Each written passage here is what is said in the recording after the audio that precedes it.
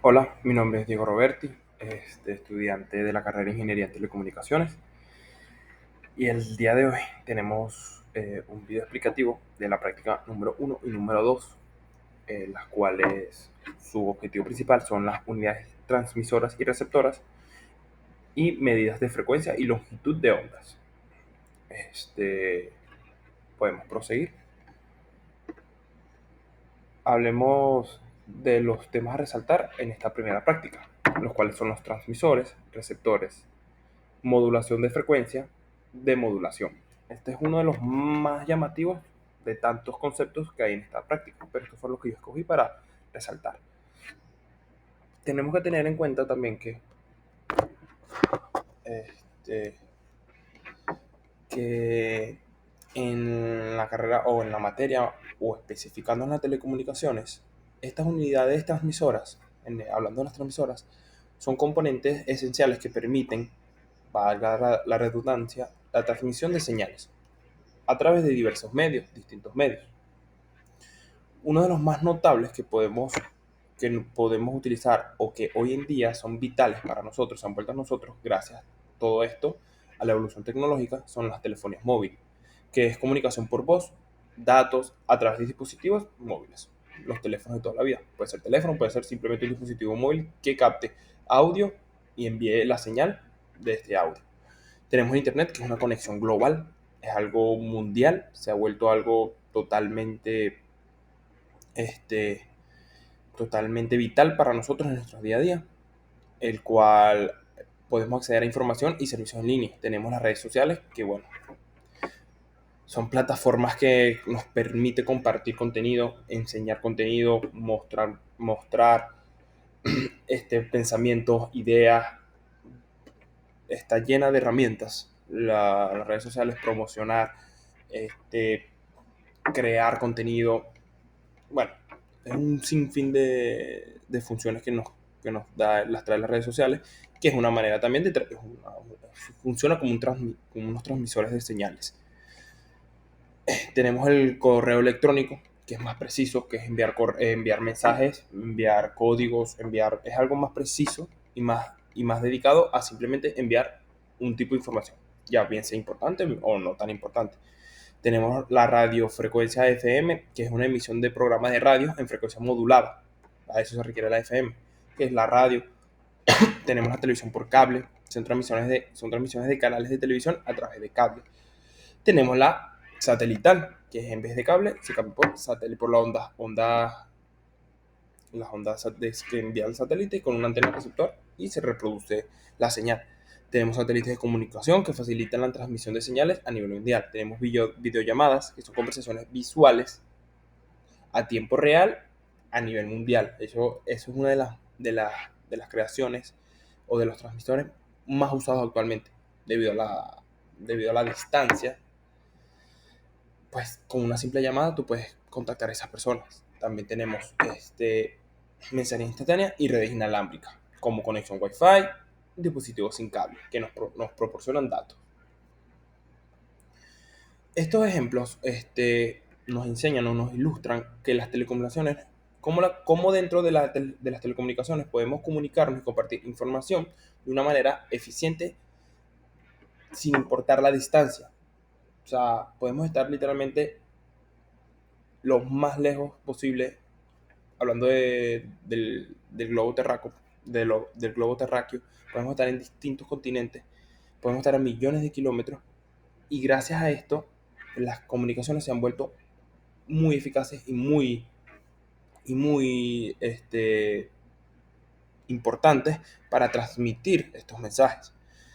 Además, un transmisor es el dispositivo central en cualquier infraestructura de comunicaciones, convirtiendo señales de voz, de datos y videos, su transmisión a través de cables, satélites, radiofrecuencia, etc. O sea, es el núcleo de cualquier infraestructura de comunicaciones. ¿Cómo se transmiten estas señales? ¿O cuáles son los medios más comunes que usamos para transmitir esas señales? Pueden realizarse de varias maneras, dependiendo del medio y la tecnología que utilicemos.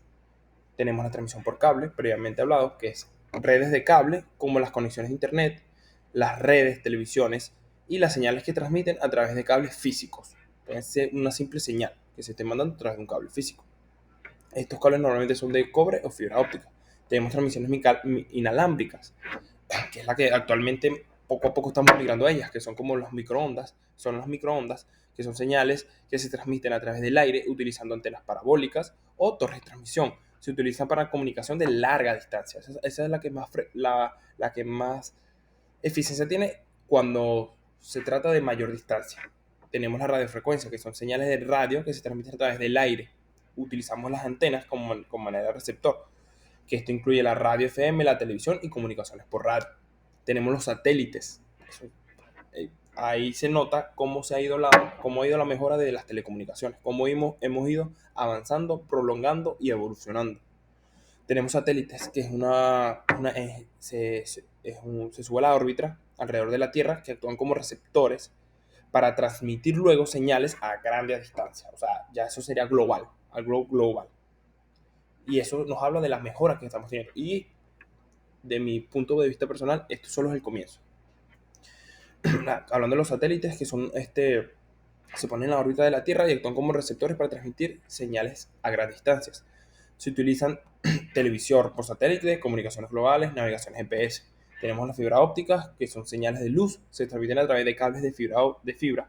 Estos mismos se utilizan pulsos de luz para transportar los datos a alta velocidad. ¿Cuál es la diferencia de la fibra óptica con un simple cable? Que la fibra óptica fue creado con el fin de dar más potencia, más velocidad a la conexión, a los mensajes.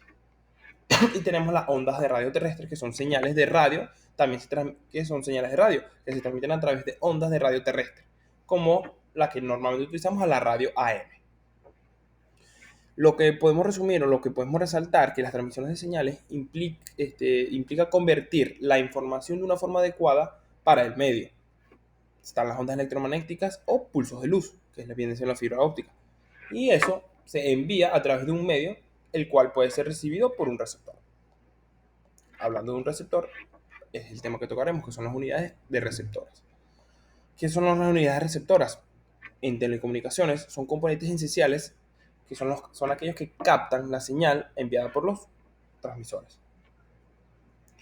Aquí los detalles, aquí hablaré de los detalles, como le digo, a mi parecer son los que más resalté, que son los receptores de señal de radiofusión. Estos dispositivos reciben señales de radio y televisión y los cuales se adaptan o se adecuan para su distribución, bien sea para el usuario o para el grupo, en condiciones deseadas. Un ejemplo puede ser la televisión o un radio, que son los receptores comunes. Tenemos medición del nivel de señal recibida. Sus siglas RCL. Son las técnicas que utilizamos para determinar la potencia de la señal recibida por un receptor. Esta medición se realiza en decibeles, dBm, su sigla. Una unidad de potencia en una RCL es de menos 70. O generalmente se considera una señal, esto generalmente se puede considerar una señal buena, confiable. O sea, tú por ahí puedes enviar, sabes que está entre los parámetros de que se va a enviar la señal correctamente. Tenemos también que, por lo que partimos, o sea, los estudios siempre los primeros estudios que se hicieron y las evoluciones parten, valga la redundancia, del cuerpo humano de la persona. Y se usa, los primeros estudios que se hicieron fue de oído y el cerebro como receptor. Y luego de ahí fuimos partiendo a los demás equipos electrónicos y evolucionando evidentemente. ¿Qué equipos utilizamos para los receptores? Los que más destacan son los elementos pasivos de una red de distribución, como son aquellos conectores, resistencia de carga terminal, adaptador de impedancia, atenuador y toma de usuario. Los conectores unen las líneas de transmisión. Las resistencias son montadas en los externos de las líneas de distribución y evitan las reflexiones de las señales. Los adaptadores de impedancia se conectan equipos con impedancias diferentes sin degradar la señal. Los atenuadores introducen pérdidas en la línea si la señal es excesiva.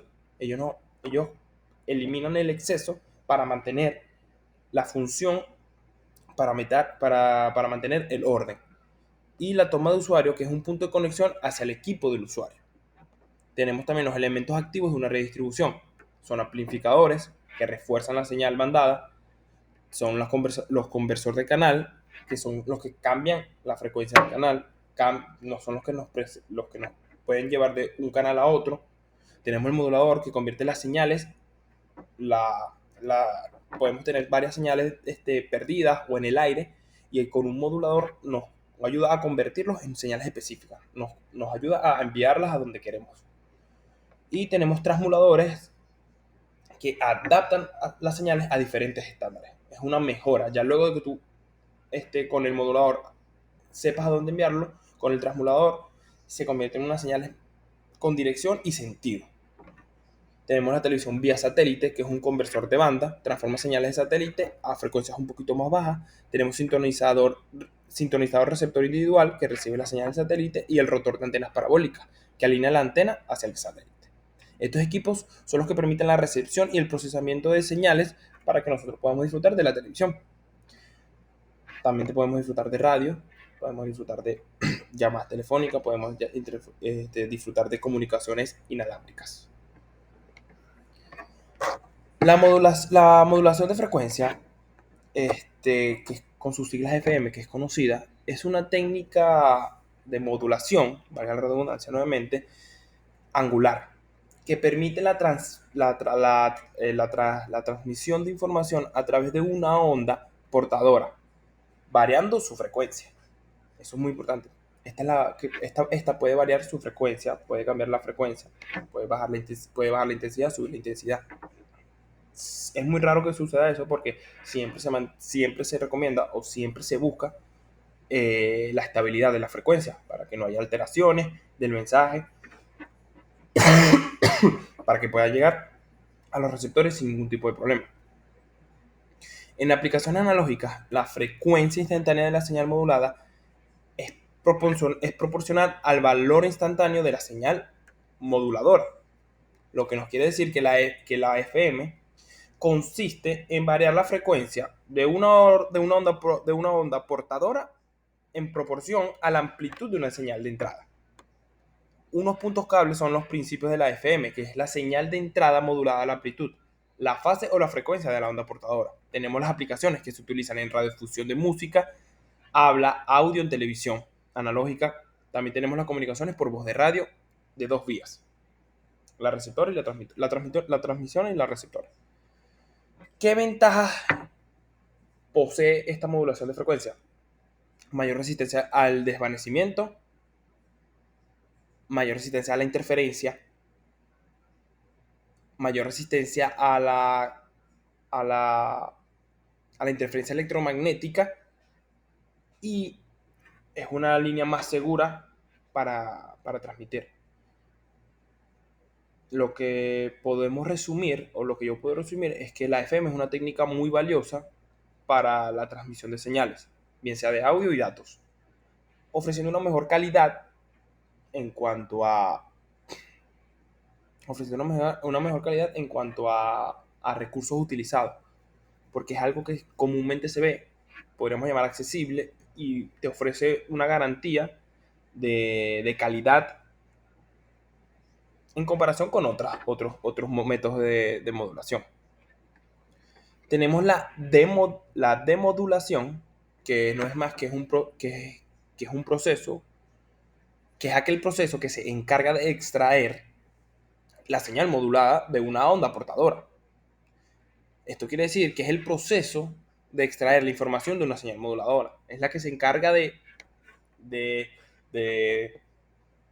sacar, de extraer, de filtrar aquella información de una onda moduladora. Existen varios tipos de demodulación. Todos dependen de la señal que modula. O sea, la demodulación también se basa mucho o depende mucho de la señal modulada. Estas señales pueden ser analógicas o digitales. Tenemos la demodulación de señales AM, amplitud modulada, los cuales intervienen un detector envolvente, que es un método sencillo que se utiliza que utiliza un rectificador y un filtro para paso bajo para extraer la señal modulada. Y tenemos el detector sincrónico, que utiliza la fase de la portadora para demodular la señal.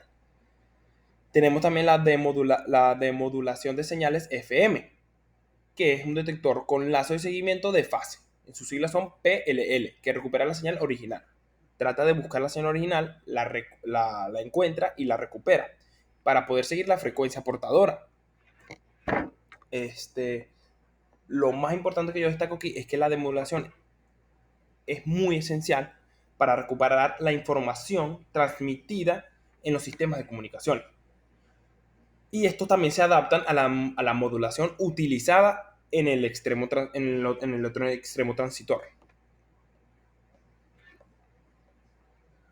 Luego tenemos por aquí unos pasos a seguir o cómo podríamos construir un circuito transmisor, un circuito receptor y qué análisis tenemos de esto. Empezamos para cómo podríamos construir un circuito transmisor. Eso es normalmente, claro, teniendo en cuenta que es básico, es un transmisor básico con materiales básicos, accesibles. Se puede construir utilizando componentes básicos. También, entrando en práctica, hay que tener bien consciente o previamente estudiado las mediciones que vamos a utilizar o qué transmisor queremos, o sea, qué alcance queremos llegar con el transmisor que vamos a crear. Si es básico, pues la idea no es alargarlo. Por eso entran las medidas, materiales utilizados, cuánta cantidad de materiales. Entramos en un proceso, pero si nos basamos en uno básico, tenemos que tener una fuente de limitación, un micrófono, la cual capta la señal de audio si queremos. Lo importante es enviar, o a mi parecer, lo que por la práctica que he leído, que lo vital o lo más importante es mandar la frecuencia con un mensaje de voz. Por eso utilizamos un micrófono. Un transistor NPN, tenemos un inductor, que es la bobina, que se utiliza para crear el circuito oscilador. Tenemos el condensador, que es para ajustar la frecuencia, y tenemos la antena, que es para transmitir, que vendría siendo como el paso final para transmitir la señal creada previamente. Recuerda que dependiendo, vamos a utilizar medidas, tenemos que sacar las medidas de al alcance que queremos hacer, cómo queremos recibir la frecuencia, y todo eso va a depender los materiales que utilizaremos. Luego vamos a un circuito básico, que es conectar el micrófono al transistor como entrada del audio. Utilizaremos el transistor como oscilador para generar la señal de radiofrecuencia. Ajustaremos la frecuencia utilizada dependiendo, previamente, como te digo, de las medidas que hayamos hecho y al alcance que queremos llegar. Y por último conectaremos una antena para transmitir la señal. Y el funcionamiento: el micrófono se convertirá en las ondas sonoras en señales eléctricas. El circuito oscilará a la frecuencia portadora resonante mediante el inductor y el condensador variable, y la señal modulada se transmite a través de la antena.